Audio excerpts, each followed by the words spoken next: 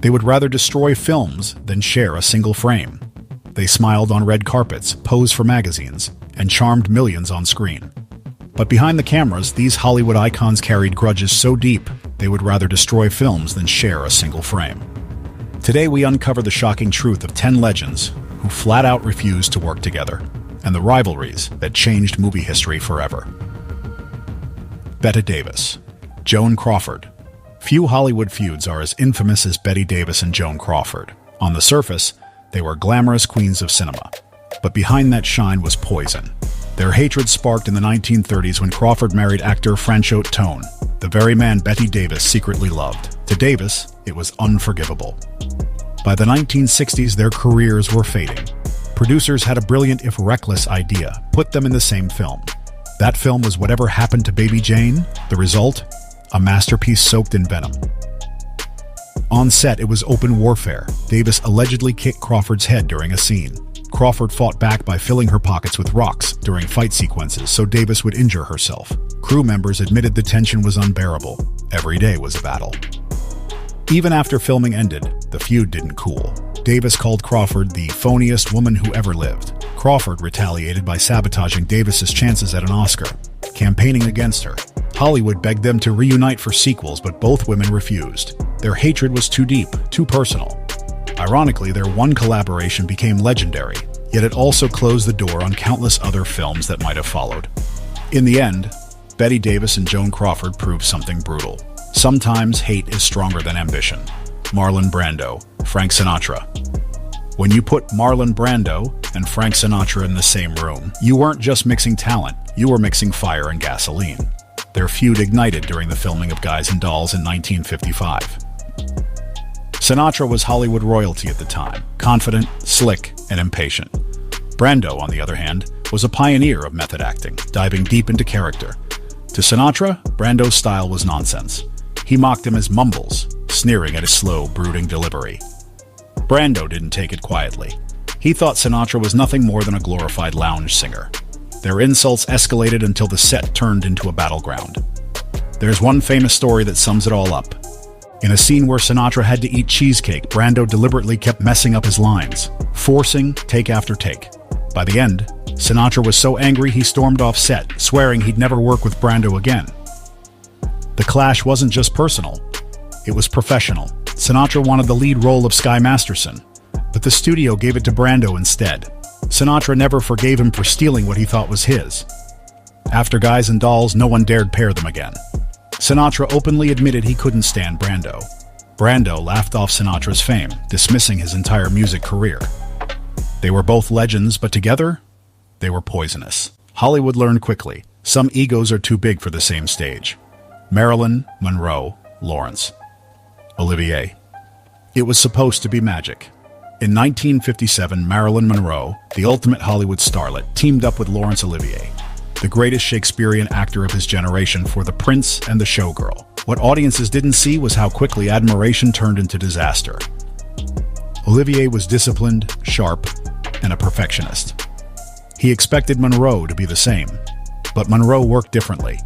She leaned on emotion, instinct, and the guidance of her acting coach, Paula Strasberg. To Olivier, this was unprofessional. To Monroe, it was survival. The clash was immediate.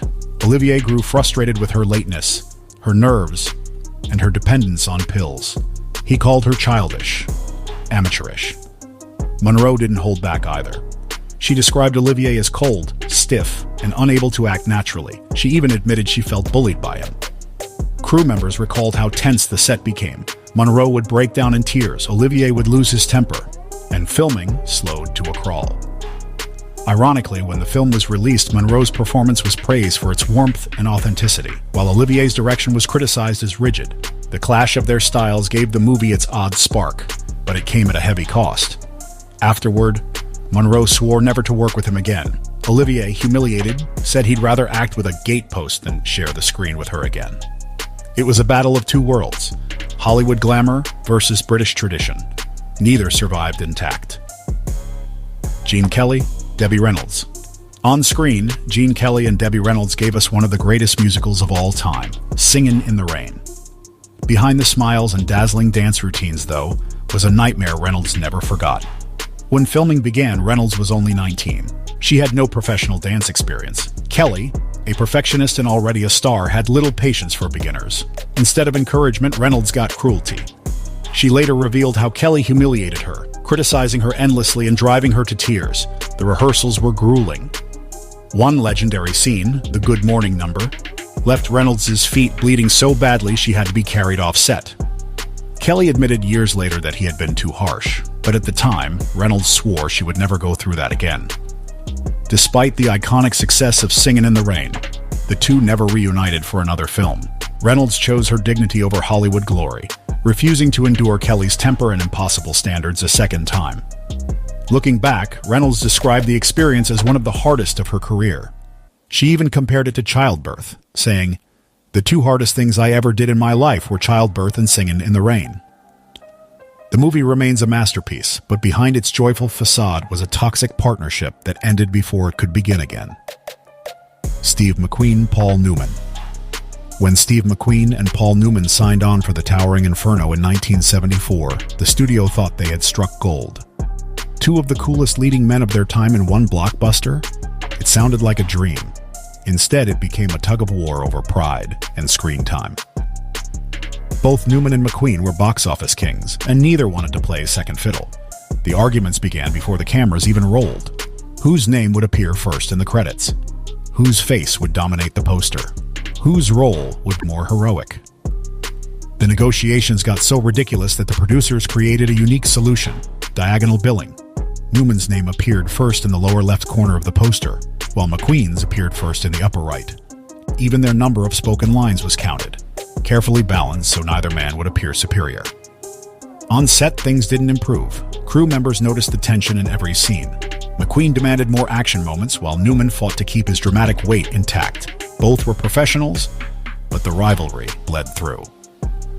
The movie was a massive hit, but the behind-the-scenes bitterness ensured they would never work together again. Hollywood tried pitching them new projects, but both men avoided it. They were two icons cut from the same cloth: charismatic, rebellious, unforgettable. But when you put them side by side, the chemistry turned to competition, and competition turned to resentment. Alfred Hitchcock, Tippi Hedren. Some Hollywood relationships are toxic, and few were darker than Alfred Hitchcock and Tippi Hedren. When Hitchcock discovered Hedren in 1961, he believed he had found his perfect muse. He cast her in The Birds, and later in Marnie. To the world, it looked like he was shaping a new star.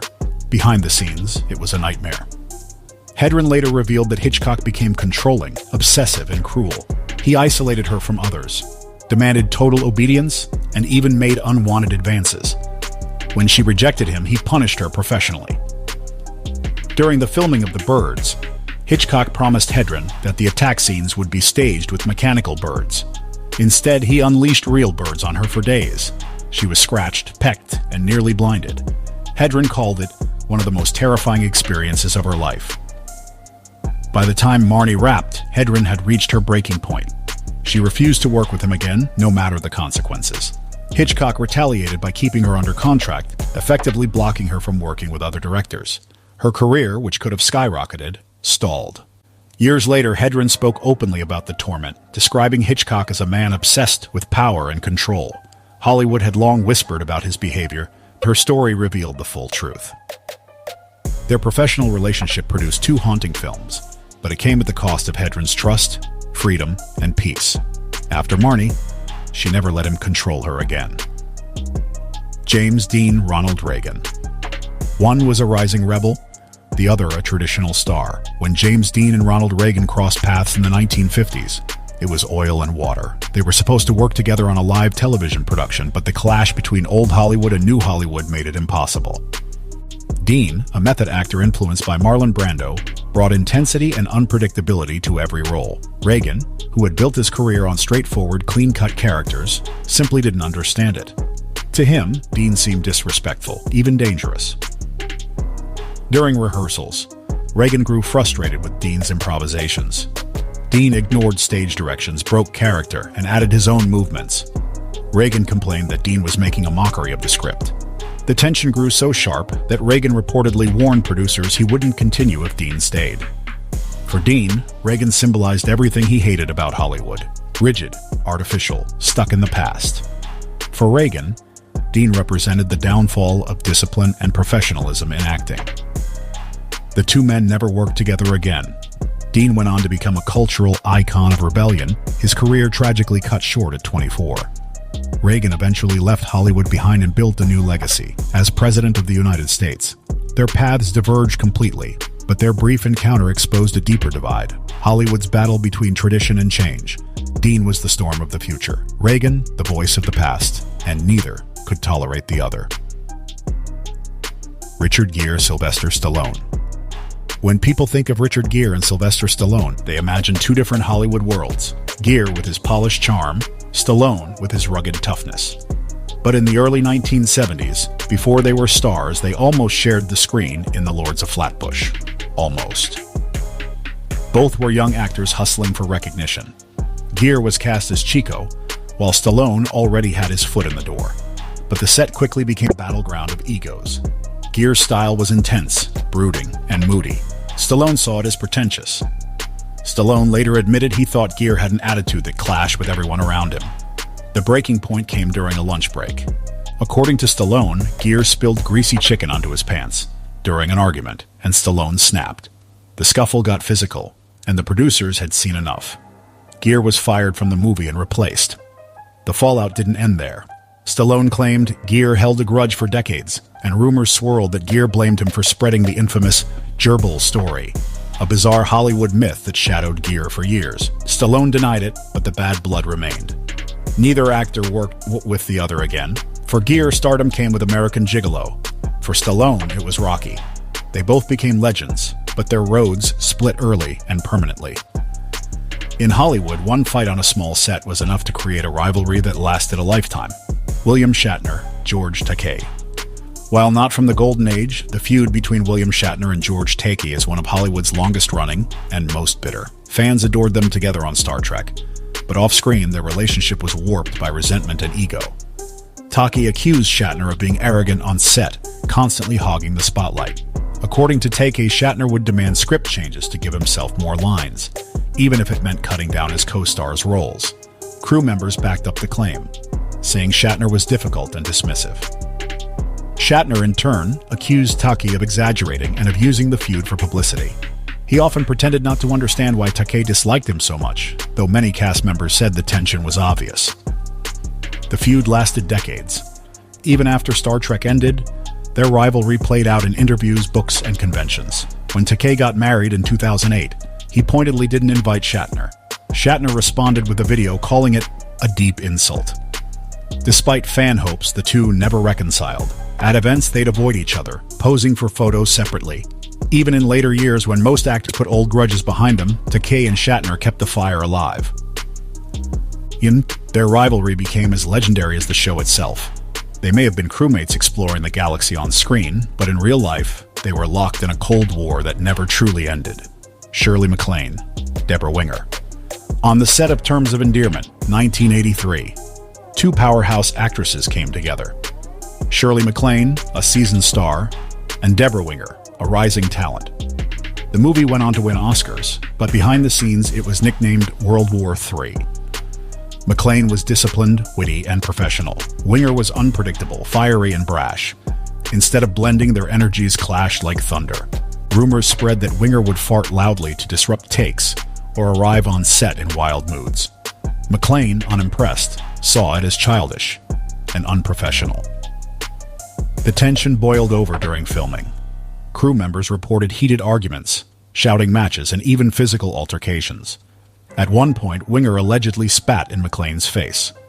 Whether true or exaggerated, it symbolized the chaos between them.